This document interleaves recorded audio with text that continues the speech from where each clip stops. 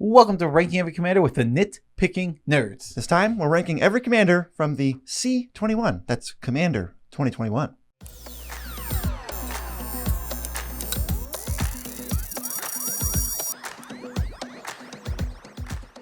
I'm your host, Joe Cherries. I'm your host, Beezy, and that makes us the Nitpicking Nerds. We've actually ranked every single commander in history, and now we're going to add the Commander 2021s to that list. But first, if you think that's cool, just subscribe to the channel. It'll help us out. Yes, you want to be subscribed to this channel. Yes, you do. So, hopping right into this video, we're taking all the commanders from Commander 21 product, and we're throwing them into a list of every commander, ranking by 5 things. And Beezy, what are those 5 things? Those 5 things are power, fun, artwork, coolness, and uniqueness. All things that contribute to how good or how awesome a commander is. Power's not everything. We know there's plenty of outside factors. This isn't a CDH power ranking, so let's just get into who's the worst from this set. The worst is Tavash, Gloom Summoner. 4 and a black, legendary creature, human shaman, 4/4. Lifelink, at the beginning of your end step, if you gained life this turn, you may pay X, where X is the amount of life you gained this turn. If you do, create an XX black demon creature token with flying. Okay, so he takes all your life gained, and he turns it into a big creature. And then your life total's the same, so the life gaining was useless. I'd rather just have the life and not this big dumb creature. You also can't control how much life you pay. If you gain 20 life and you don't want a creature, well, too bad. You give either a creature or nothing. Yeah, I don't like this. I don't like this card at all. I think this card, it's very much not strong. Sure, you can gain like 20 life, make a 20/20. Then what does this vanilla 20/20 do? I don't know. I mean, it has flying. You got to untap with it. It's the most vulnerable thing. It's probably not going to fit your game plan. If you're life gain, you're trying to leverage all this stuff and get these triggers, and then maybe like Aetherflux Reservoir or Bolas Citadel somebody out. And this guy's like, here's a 16/16. Yeah, I think the main issue with it is when you build life gain, you come up with ways to use the life. He just takes the life. He's not using it productively. He's taking it. Yeah, I mean, that's probably flavorful, but I don't want to play that. Yeah, I agree. It probably is pretty flavorful. 5 for fun. You just really can't do much with this. No, it's got good art, but it has no lore. And as far as uniqueness goes, it's a black creature that says pay life. What's the lore? Give me the quick lowdown. He's a teacher. He says it's okay to pay life. Like literally, he basically says what his text box is. Wow, pretty cool. Okay, so we can move on to the next one. And it is Ruxa, Patient Professor, is number 720, above Lyn Civi and below Demon Lord Belzenlock. 2 green for a 4/4 Bear Druid. When it enters the battlefield or attacks, return target creature card with no abilities from your graveyard to your hand. Creatures with no abilities you control get +1/+1, and you can have those creatures with no abilities assign their combat damage as though they weren't blocked. I'm not going to really play creatures with no abilities in my deck, so that really means creature tokens, and then creature tokens can't, like they get the buff and they can't be blocked, or they can assign as though they weren't blocked, which is worse than not being blocked, and the first ability is like a blank. The main issue with this is all those abilities add up to something really cool and good, but they all have to do with no ability creatures, which are just not something you're looking to play. The best card for this deck is Gigantosaurus. That's the coolest thing you could think of. And then after that, what are you doing? I literally have no clue. I don't know either, and some of the cool tokens also have abilities. Like, nope, those don't count. So overall, it has like no power. The fun potential is like capped at 5, I think. Your deck's going to do the maximum it can do. That's pretty cool, but it's not that fun. They're still, in the end, vanilla creatures. Yeah, and you're mono green. Like, you're going to fall way behind. Yeah, exactly. You're mono green and you're looking to play vanilla creatures. I want to play Beast Whisperer, so I have some card draw. Yeah. It's not a vanilla creature. I want to play a 30/30 or something and give it trample and haste and win the game. No. Yeah, the only thing lore-wise this thing does is he teaches like the basics, like the building blocks. He's like, oh, all these fancy theorems and stuff, but people need to know the basics. So that was okay. Yeah, he has a wait, it's the bare necessities. Oh my god, he also. That's awful. I don't like it. Okay art. Yeah, it's fine. All right, moving on to number 658, Rihaana, Fire Dancer, right above Quain, right below Drana, the Last Blood Chief. 3 red for a legendary creature, human wizard, 3/4. At the beginning of combat on your turn, create X tokens that are copies of another target creature you control, where X is 1 plus the number of instants and sorcery spells you've cast this turn. They gain haste, exile them at the beginning of the next end step. This is okay. It's asking a lot of you. It's asking you to cast instants and sorceries, have creatures out that you want to copy. You're going to make tokens. It just feels like it's stretching itself thin in a lot of directions. Yeah, it's like Spellslinger, but nope, that's not how you're going to win. You're going to win with like some creature that you're going to make a bunch of tokens of, and they go away at end step. I don't know how many tokens you have to make this worth it, and it's 5 mana to start. Yeah, the problem is you have to get something like, let's just say an Inferno Titan for an example, out onto the battlefield. Then you have to cast a bunch of instant sorceries. Then this triggers. And then you have to play this somehow. Yeah. I don't know if you're playing this on turn 5 and then doing other stuff after. They're going to let you untap with it. I don't know. Overall, it seems kind of fun. It's like a bad Brutaclad, so less fun than that, but still decently fun. I'm going to mention this now, and then we don't have to mention it for the next 12, but all these cards have like really good artwork. It's either good or great, and there's only one that we would say is like meh. So for artwork for the rest of these, they're basically just really good. I think Magic art now has just gotten to the point where it's pretty darn good. Yeah, we're in like the 7 to 8 range. We'll mention some of them if we really like them. Yeah, but if otherwise we can just kind of skip them because they mostly just look good. Mm-hmm. What was the lore? Yeah, the lore, this is basically nothing. She's just a fire dancer. She's like expression-y and teaches people, and so Prismari. Just absolutely boring. That is so Prismari. It is so stale already. Yes, yeah, Prismari. A lot of it feels samey. Yeah, this card's kind of unique because it says storm and creature tokens, but it's all things Red has done before. Yeah, it just adds up to a cool, pretty unique card, but still not anything we haven't seen before. Like each individual word is the same as something you've read on another card. Yes. Up next we have Nils, Discipline Enforcer. Right above Halar, the Fire Fletcher. Right below Grumgully, the Generous at 624. 2 and a white for a 2/2 human cleric. At the beginning of your end step, for each player, put a +1/+1 counter on up to one target creature that player controls. Each creature with one or more counters on it can't attack you or a planeswalker you control unless its controller pays X, where X is the number of counters on that creature. This is like our least favorite effect in Magic on a creature, but it's cool that you can put counters on everybody's things. I think that's the main focus of this card. That being said, it's not good. Yeah, it's not very strong. You're just giving your creatures power. Sure, they can't attack you for a little bit, but eventually this goes away, or you get a turn where, I don't know, they just stop you from putting the counter on. The board gets wiped. The board gets wiped, and all of a sudden you've just given your everyone a ton of power, and your guy's gone. There's like not enough ways to do this in white. You're mono white, and he gets one counter on each creature. So their choice is pay 1 and attack you, or attack somebody else. I mean, that's not enough right away. You're gonna have to get like 3 or 4 before you can start like making political deals. Like, hey, just attack him. You don't want to pay 4 mana. Yeah, this is just I mean, basically it's Ghostly Prison, which we would never play. Ooh. So if you put Ghostly Prison in the command zone, I'm not interested. No, it's not worth the like 1% of the time when you play against a counters deck and they're just angry because they can't attack you. Yeah, I like the politics that come with it, though. There is a lot of politics. Yeah, so that's what the 7 and fun comes from. Yeah, you throw around the counters and then you politically make them attack each other. You can also say, if I put the counter on that guy, would you attack him with it? Things like that. Yeah, he's a teacher who gets really annoyed when students make suboptimal decisions because he thinks that everyone can be great, and then when someone's an idiot, he's like really mad and he scolds them. That's not very cool. That's it. Okay, that's all he does. And uniqueness. I mean, it is pretty unique, but it doesn't add up to anything useful. That's the big part of uniqueness. It has to add up to something useful. Yeah, if it's uniquely useless, which this kind of is, then you don't really get anything for uniqueness. Right. Up next, we have Zaffai, Thunder Conductor, right above Slurk, right below Grismold at 614. This is the face commander of the Prismari deck. 2 blue-red, 1/4 human shaman. Magecraft, whenever you cast or copy an instant or sorcery, scry 1. If that spell's mana value is 5 or greater, create a 4/4 blue and red elemental creature token. If that spell's mana value is 10 or greater, Zaffai Thunder Conductor deals 10 damage to an opponent at random. So he's all based on casting instant and sorceries. Scrying 1 is basically nothing. Making 4/4s is okay, but you need to consistently be casting 5 drops.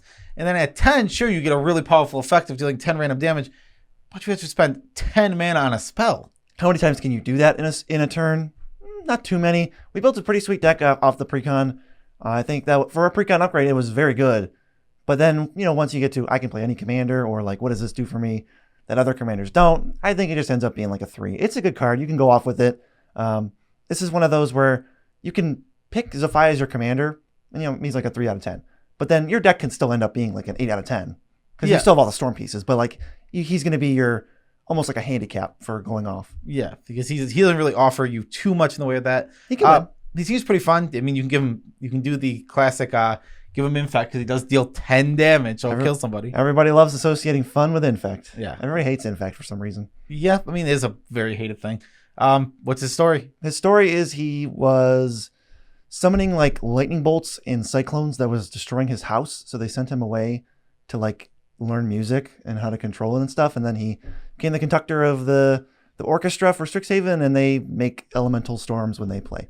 Yep. And this card, final note on this card, what is the misread? That doesn't say conductor in his. Yeah, it's Thunder Collector in the text box. Yeah, I don't know how they messed that up. Yeah, he's Thunder Collector. And we didn't see it in the whole pre-con power up. We were like, Thunder Conductor. But yeah, technically, as printed, it doesn't do anything. Yeah. But it obviously is errated.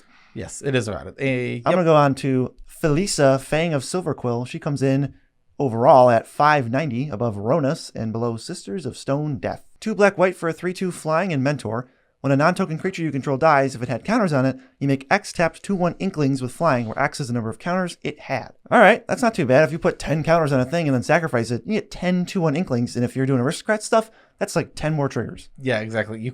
I really like this card with Cathar's Crusade, because one, the counters just start adding up really quickly on your creatures. Then you get rid of your biggest creature, and all of a sudden, 10 Inklings enter, and boom, 10 counters in all of them. You're just killing everybody. Yeah, 10, and we know that tokens don't make more tokens, but we're talking about one creature's big, sack it, get 10 dudes. Now everything else gets +10/+10. Yes. I have to stop on the art here. Yep, this is the one. This is the one. I hate this art. I really, really do not like this art. I think the shadowing on her face looks awful. I've been saying, I've shared it in our Discord a couple times, and I said it looks like someone stepped on her face.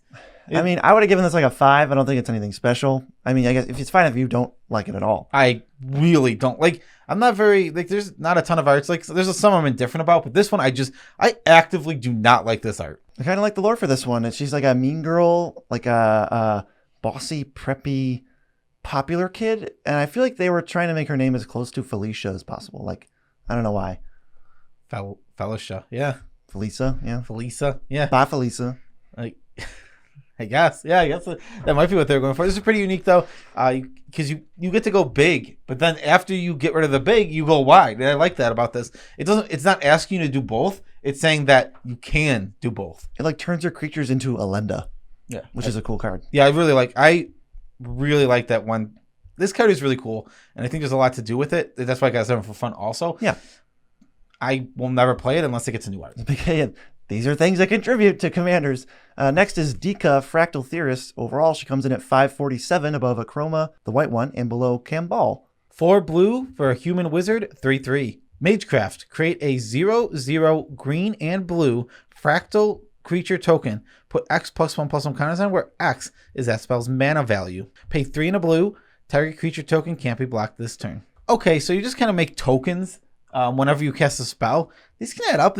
I could see like going like a sort of a stormy route and like getting a bunch of like little tiny creatures to do stuff with. Yeah, maybe similar to Zaffai, where his first 2 abilities aren't ever going to kill anybody, but the last one, if you really go off, you can get somebody. This is like, well, if you really untap with all these things, maybe you can string something together. You can play like Talrand, this Metallurgic Summonings, Shark Typhoon. There's a bunch of cards now where you could probably play a creatureless deck and still bash in for a bunch. Yeah, I don't think this card is incredibly strong, but that sounds fun to me. It can do some fun things. Exactly. Make a bunch. You get to make fractals. Also, I think that this is the token that if you're going to do custom tokens for yourself, it has the most leeway because fractals are whatever you want to make them. That's just what it's made. They're like it's made of fractals, so that they can be any shape. Yeah, there's like snake fractals and there's like elephant fractals. She's riding a horse fractal. Yeah, just whatever you want to do. Her lore is she's really happy and she rides fractals.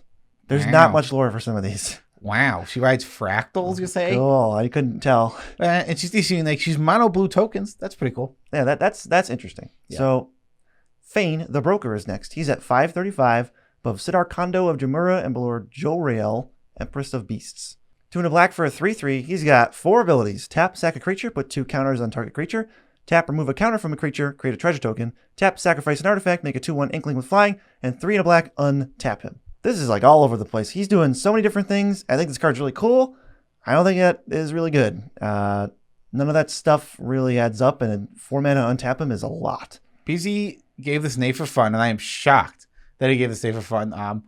Because It is mono black, big mana. Well, not really. It's mono black politics, I think. You can always put the counters elsewhere, and I mean, yeah, it makes a treasure, so then you can make more treasures and ramp into cabal coffers, and I'm already asleep. But It also I think it's cool that you can do multiple things a turn, or like he does so many different things. He reminded me of Trading Post, and that card's cool. he pays off big mana really well because he has so many abilities. Yeah. I figured you'd hate that. I mean, but ramping into this is way cooler than anything else. All right, give me the lore. Give me it. He's a broker. He'll get you anything if you can pay for it. Wow. Yeah. Wow, that's really cool. And uniqueness, the 2 points lost are from being big black, but other than that, I mean, 3 tap abilities. Yeah, what black card is doing this? Yeah, exactly. It's like a weird staff of dominance black creature or domination. Yeah, or Trading Post. Yeah, or trading post. He's a trader. Same thing. He's standing near a post, I think. Maybe he has a staff too. Ooh, maybe he does. Yeah, you don't know. Up next is Veyran, Voice of Duality, above Nimrus, below Gadrick at 530. 1 blue, red, Magecraft. This gets +1/+1 until end of turn. If you casting or copying an instant or sorcery spell causes a triggered ability of a permanent you control to trigger, that ability triggers an additional time. For starters, this is going to trigger itself twice. So it's always going to get +2/+2 anytime you Magecraft. Yep, if you don't care about that, this is only 3 mana, so it's not like you're paying, some of the other ones, their cost is 5. So you're just paying 3 mana for a 2/2. It's going to sit there and then power up everything. This might be the better Shark Typhoon Talran deck. And you just throw Deekah in here because then you make 2 tokens. Yeah, but also something I think is really, really good with this is you put down this, then you get going. It can beat him for some damage. But like Gutter Snipes now deal 4 damage. Yeah, that's true. I think you could play like Voltron with, what's that card? Haze of Rage? Is that a storm? Oh. So you're just like... Mm-hmm. You cast it for like 3, you copy it 3 times, and then all of those trigger her twice. Yeah. And then it gets +1/+0, so it's going to have like +6, +12, +2. Yeah, there's a ton of things. Like it'll trigger, what's his name? Ral also, yep. Which is more damage. I mean, when you think for something like Gutter Snipe, which I mentioned, it's a lot easier to cast 10 spells than to cast 20 spells. Yeah, or cast... What is it? 1, 2, 3, 4, 5, 6, 7, 8, 12, 10 drops. Yeah, you don't want to do that. That's not quite good. Yeah, Veyran looks cool. Yeah, I don't. Uniqueness is a 6. That's for the doubling up, the Panharmonicon effect. We have that for ETBs and stuff, but not otherwise. But in the end, you can't go too far up when you're just Spellslinger. Yeah, I put someone from Uniqueness in that she just gets really big. Yeah. I mean, that's like at least 1 point. That's kind of cool. Give me the quick load on the story. There's no blurbs about some of these. She doesn't do anything. She's happy, and when students are sad, she cheers them up with elementals. Aw. Yeah, that's fine. Aw. That's it. Lalia's next. She is the Blade Reforged, and she's at 522 above Sasaya and below Egon. 2 in a red for a 2/2 Spirit Warrior with haste. When it attacks, exile a top card of your library. You can cast it this turn. You can play it this turn. Whenever a spell or ability you control exiles one or more cards from your library and or graveyard, put a +1/+1 counter on Lalia. But that's it. She's only a 2 out of 10. Well, but you think this card's fun? Oh, I think this card is super fun. In fact, I'm thinking about building it. It would be I want to eventually get to the point where I can build all 1 through 3 color decks. Dang. Eventually, because over time, we're a Commander channel. We're gonna keep playing Commander for a really long time. Yeah. We're going to be doing gameplay. I need lots of decks. So eventually I want to just keep building decks. I think she's really, really fun. And you're going to play your Impulse Draw Tribal deck. Yeah, there's not too many Impulse Draw Tribal cards, though. And I think there's certainly 0 other payoffs, potentially. There's ways, maybe you can exile cards from your graveyard with Relic of Progenitus to keep triggering her. And then maybe you can do Scorn Effigy or whatever that card's called. It's not Scorn Effigy, but it's the 4/3 for 4 that hits each opponent for 1 when a card leaves your graveyard. I don't know where this is, and I made a really weird noise just now. Yeah. Dang. Whoa. It's pretty random. There's almost nothing here. I think the lore is actually cool, though. When her spirit was reawakened, she found out she was dead, and she was super mad, and she was going to go take vengeance on the people who killed her, but they already died of old age or some other cause. So she just ends up opening a dueling school. Which is hilarious. I love it. I love the idea that you're such an angry person. You wake up and you're like, I'm going to kill the people who killed me. I can't. I like waking up and it's literally waking up dead. I'm dead? What the heck happened? I'm so mad. Also, yeah, usually the spirits go back to sleep. She's just alive and well. She's just chilling on the Strixhaven. Yeah, usually when they awaken spirits, like they usually like get information or talk to them, and they usually go back to being a statue and resting. Not her. No rest. Yeah, no rest for the Lalia.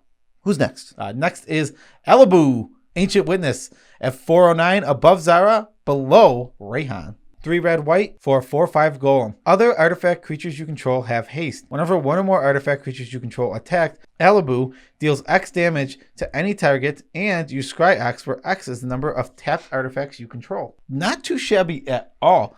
You don't need to be attacking with a ton of creatures. You only need to attack with one artifact creature to trigger this. Mana rocks, just anything you can get tapped, your Relic or Progenitus. Tap artifact lands. Yeah. They all trigger it. It's going to deal like 5 or 6 damage right away. So this basically enters the battlefield, destroys a creature, and then maybe you lose something on attacks.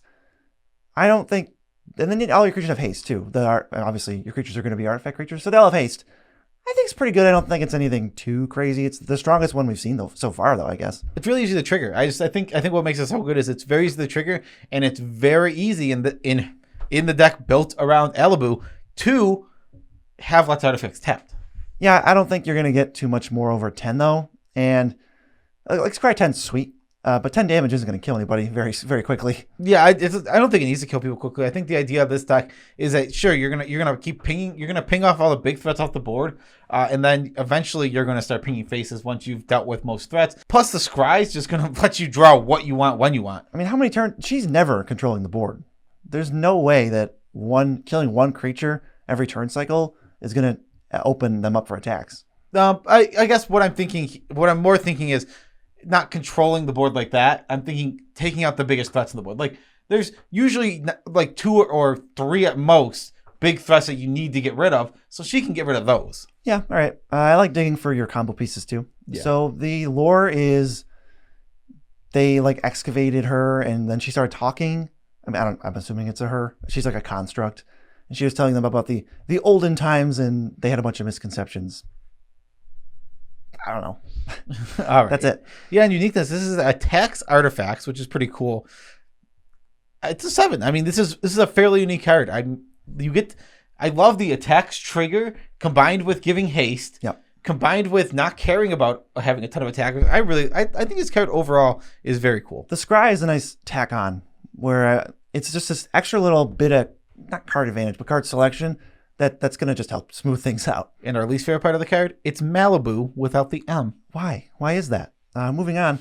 Losheel, Clockwork Scholar, coming in at 288, above Chromat and below King Makar. 2 and a white for a 2/4 elephant. Prevent all combat damage that will be dealt to attacking artifact creatures you control. Whenever one or more artifact creatures enter the battlefield under your control, draw a card, but it only triggers once a turn. I still think this translates to a pretty decent white card. This is just like Alibou. You're all artifact creatures now. You're going to have instant speed ways to make tokens and sack artifacts to get things so that you can draw 4 cards a turn cycle. It's going to be sweet. Yeah, I think the power all comes from that. The fact is, being able to do this in every single turn is what we want to do. I've mentioned this before, and I'll mention it again. Shimmermere, absolute all-star in this deck. For some reason, I just keep thinking of Origin Spellbomb. It just cantrips and you make a mirror. So like, boom, draw a card. Let's go. I mean, Retrofitter Foundry. Let's throw creatures out instant speed with token makers like that. That one does it by itself. Yeah, this card there's just a lot of things this card does very well.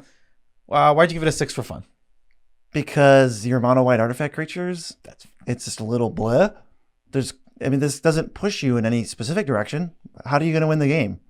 It doesn't have to tell you, but what are you going to do? This is a tough way to win the game, but there's a lot of card advantage for mono white, which we do like. Because it doesn't exist. Yes, you're absolutely right about that. Ooh, lore time. Oh, the lore for this one. This is like one of the best lores of all. But still, this proves you with a little short blurb, like they are insistent on doing, you can still make a cool creature.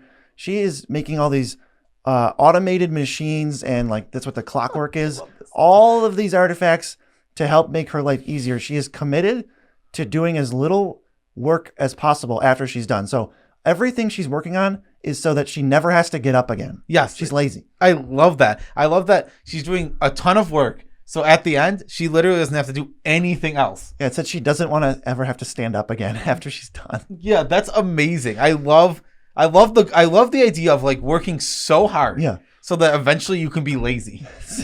She's really focused on that goal. And the card's unique. I like the I just call it like the Eroas ability of prevent damage to attackers.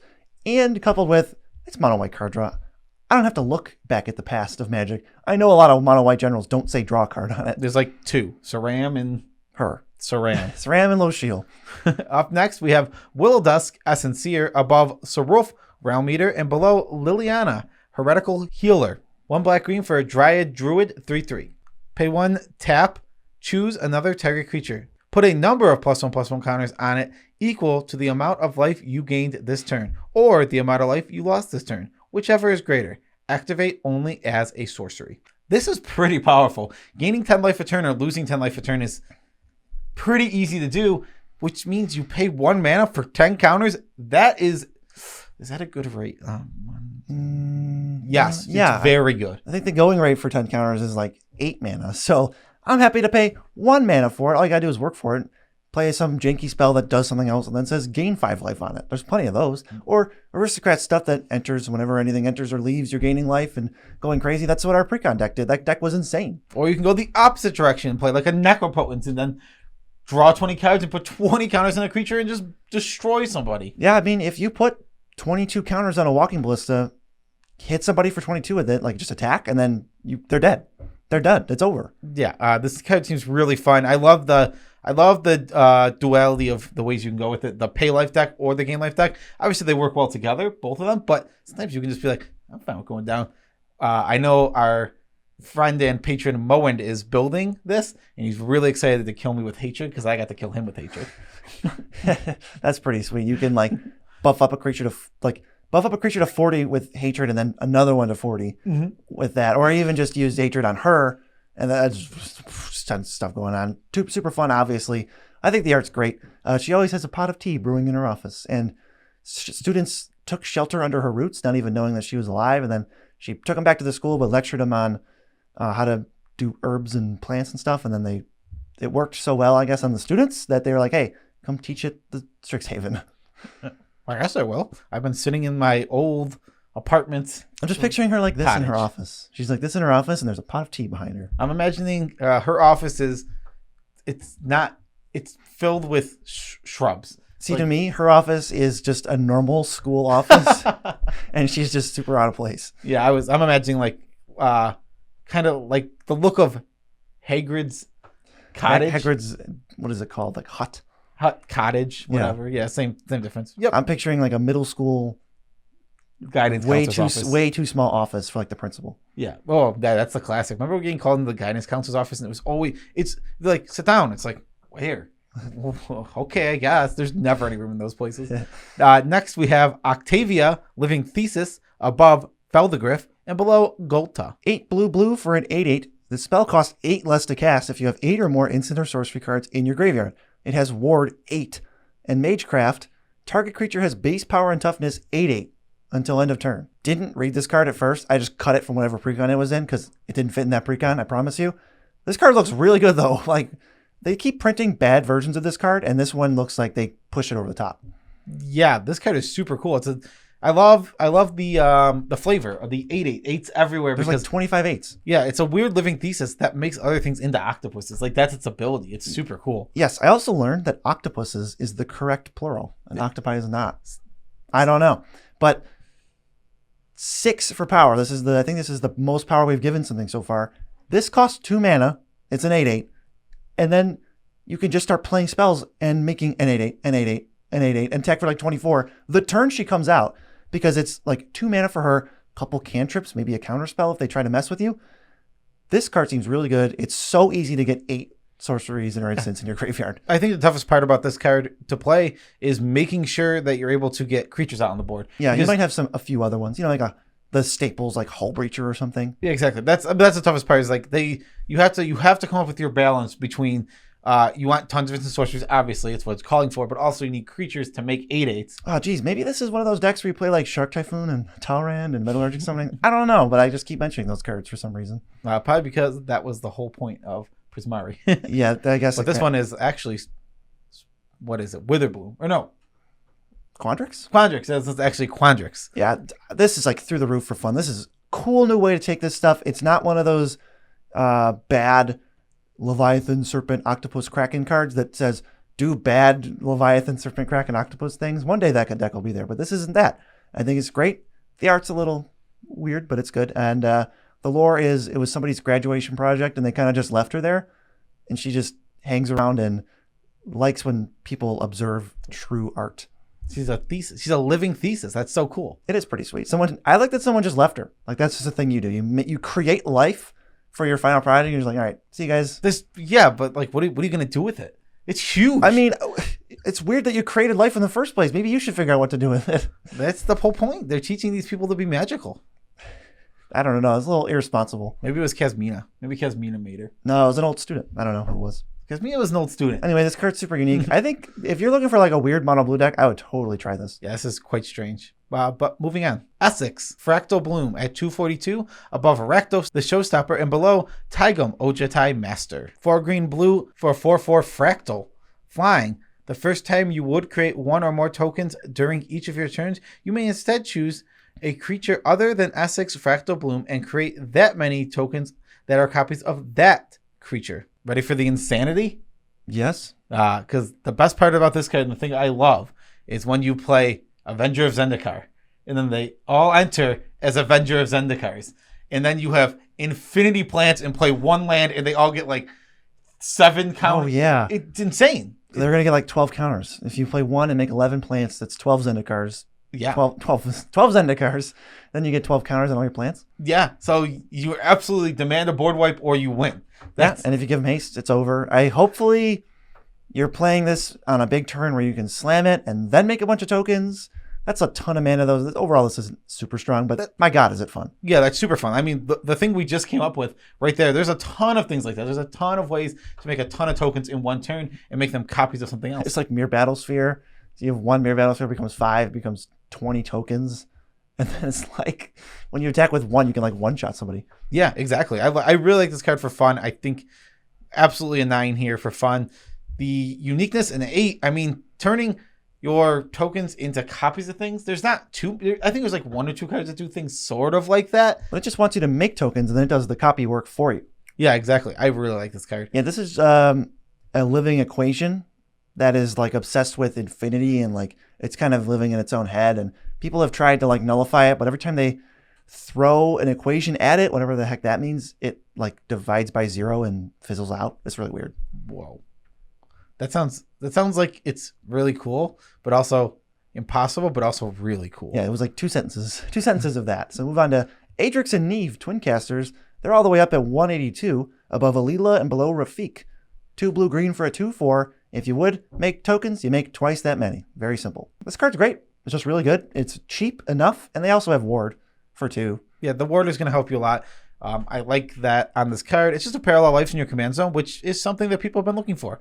I wish it was in green-white, but obviously this was not the time to get a green-white commander when we're doing enemy colors. Yeah, it's right in the middle of power. I think it's good. It's going to do something right away. You're going to get value. Even if it dies, you're going to be more or less fine with it. Get the value right away, so don't play it on turn 4. Yeah, this is an absolutely... it's a 10 for fun. I mean, everybody loves this effect. They love playing it, and it's not too oppressive. We didn't really have it in the command zone before. We didn't have it in the command zone. We've had this effect. I mean, there's a reason that these cards are $50, $60. My God, Anointing Procession was just printed, it feels like, and it's $40, $50. Parallel Lives like $65. Partially probably because of this. We're becoming older Magic players, BZ, slowly over time. And yeah, 2008 was not recent. I know, but it feels like it was so recent. 2008. I'm thinking like 2011. Yeah, I mean, just saying, like, it feels like these cards were just printed. They were not. Yeah, it's actually just really old. They're like as old as I was when I started playing Magic. Oh, no. Ugh. Don't want to think about that. The uniqueness, sure, it's pretty high because nothing does this really, and it has Ward as a bonus. But it is Simic tokens. I mean, that's kind of a space we've been in before. They are twin casters, and they do stuff together, and one time they stopped a tsunami. Oh, boy. I'll take Simic tokens, though, over Simic counters or Simic put lands into play. Yeah, or Simic, like, value. Like, Zimone. It's just, I read that card and I fall asleep. It's put lands into play. I'm saying I fall asleep when I read that card. That makes sense. Yeah. All right. Up next, we have Yodora, Grove Gardener, above Blim, Comedic Genius, and below Uro. 4 and a green for a Treefolk Druid, 5/5. Whenever another non-token creature you control dies, you may return it to the battlefield face down under its owner's control. It's a forest land. I think this is very strong, but I think it's The one weakness is we're in mono green for an aristocratic feel, but we can still do a lot of cool things with this. And when they come back, they can tap for mana right away because they're not creatures anymore. They're just forest lands. Yeah, there's a plenty of messed up sack outlets that are colorless. The 3 altars, Phyrexian Ashnod's and Dementia, they're all going to be insane in this deck. I think they're great. This is a pretty strong card. Yeah, it's held back a little bit because it's not in like any other color that would help it out. Yeah, like if you had black to this card gets a huge power boost. But overall, this is pretty fun. I mean, the thing I really like about it for fun is that you can do morphs. We were checking. I thought it didn't work. Well, we thought it did work, and then we thought it didn't work, and now I think it does work again. It just does work, yeah. Because any card that's when something is face down, morph just means you can turn it face up with its abilities. So. Yeah, but Yodora says it has no abilities, but somebody from WotC confirmed that morph works with it anyway. Because it's really weird. The card doesn't have the back face has abilities and the front face doesn't. Yeah, I mean, when you make a morph creature, it's a 2/2 with no abilities. Yeah, that's true. It does say it has no abilities. Yeah, it's the same exact thing. All right. So it's just like that, which I think is super cool. 10 for uniqueness. I mean, we've had second lives. We've never had a second life as a forest. Yeah, board wipe me. I dare you. I'll just double the number of lands I play. The next turn, guess what? I'm just going to slam Yodora again because you just gave me like 7 or 8 lands. So actually for this uniqueness, let's do the lore first. Yeah, the lore is she's the unofficial, what's it called? Undertaker, where if a student dies and they want to stay at Strixhaven for the afterlife, she'll plant them as a tree. It's so cute. It's literally, this is actually a trend in real life. Huh? You can have yourself put in a... Oh, yeah, right. Like a type of thing where you'll decay. And you'll feed the tree? And you'll feed the tree as the tree grows. That's weird. That's so weird. It's a very specific thing, but I want most of my particles to go into a tree. I'll put my particles wherever. I'm dead. Maybe I'll donate to science or just get cremated. Vaporize me. Ooh. Next is Guillaume, Master Chef, above Garuda, below Maelstrom Wanderer. 2 black-green for a 5/3 trample at the beginning of your end step. Create a number of food tokens equal to the number of non-token creatures you had enter the battlefield under your control this turn. 1. Sacrifice a food. Target creature gains indestructible until end of turn. Tap it. I think I want to move past the power a little bit. He's okay. He's going to protect your creatures. They're hard to kill. This thing's hard to kill because you play it, then you make 3, 4, 5 guys, and you got indestructibility shields on all your dudes. So I think this card's strong, but I want to spend most of the time talking about how fun and flavorful this card is. We'll start with fun. This card seems absolutely awesome. He's the food commander. The only food commander. He's probably the only food commander we're going to get for a long time, but I think it's super cool, and I love that we got a food commander. Flavor-wise, this is the biggest 10 ever. I love this card as a flavor card. That's why it's so cool. When he makes food for everybody that came to the cafeteria this turn. Every single person who came is going to get fed, and then when he feeds them, they get tapped because they're full. Okay, there's so much, and there's more.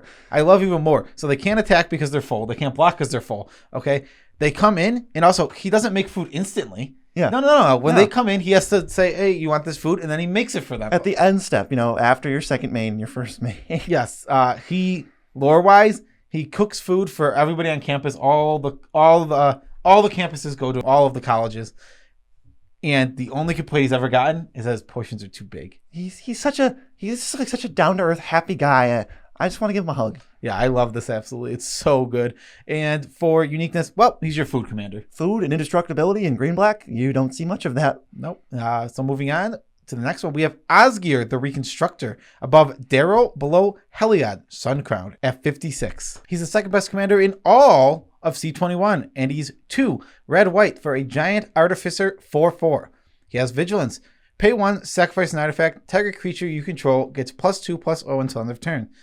X, tap, exile an artifact with mana value X from your graveyard. Create 2 tokens that are a copy of the exiled card. Activate only as a sorcery. This card is strong. It is the highest grade we gave for all of C21 for power, and it is just so crazy how easy this to abuse is. Whatever you're exiling, you're paying the mana cost of it, and then you're getting 2 copies of it. So that's just enough to explain why this card is so good. Yeah, there's a lot of different cards that just go bananas with this. There's all the cantrip ones like your Ichor Wellsprings and your Chromatic Stars. Super fun. You can just do all the stuff like that.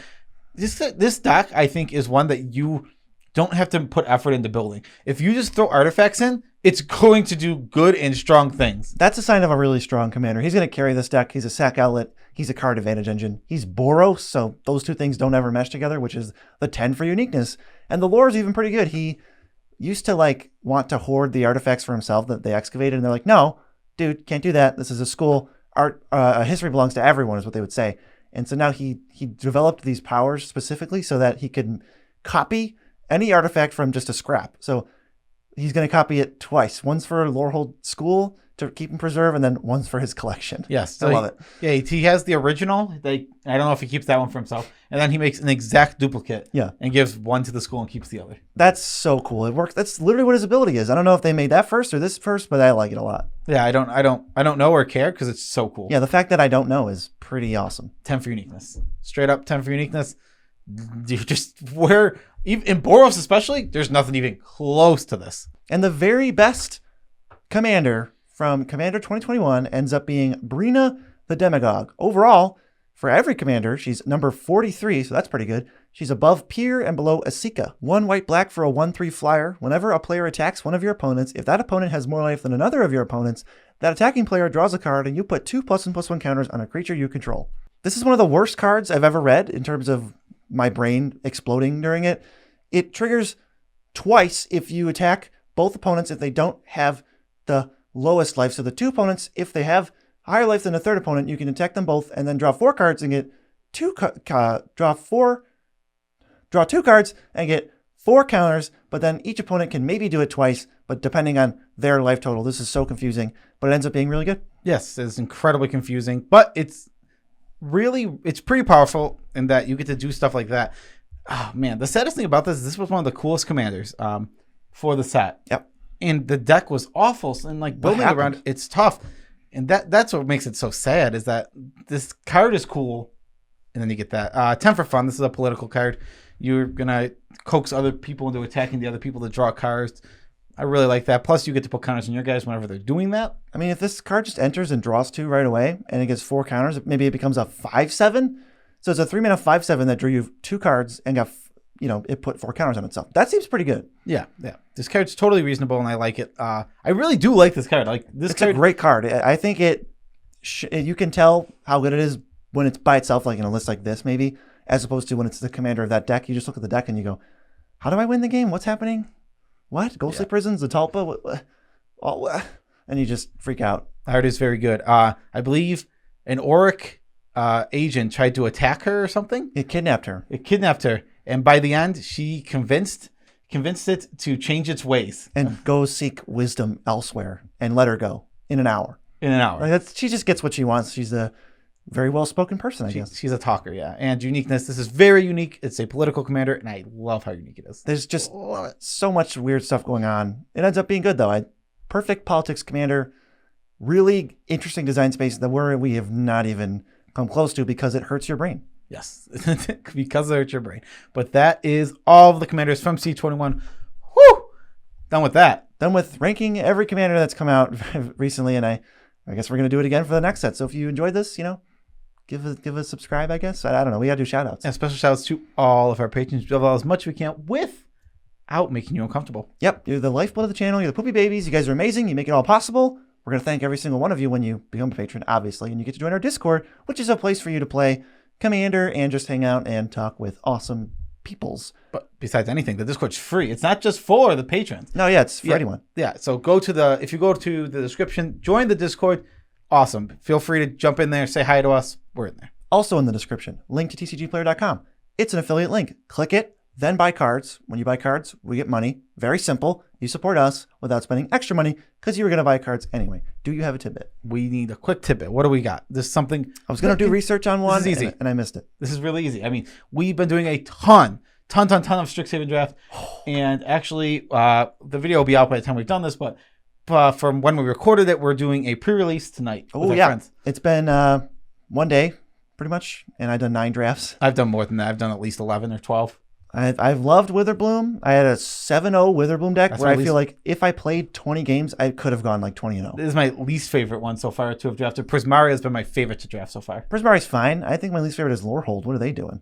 Lorehold, do you think? I mean, it's Boros, like kind of aggro, except sometimes you tap creatures to exile stuff. I like it. It's fine. I think It's cool. It's better than regular Boros. Oh man, if you get the Elephant Man and like the Tome Shredder, oh god, that goes off quick. Yeah, I mean, you're gonna just run them over. Yeah, absolutely disgusting. But that is our tidbit, and that is our video. Peace out, Tribe Scout.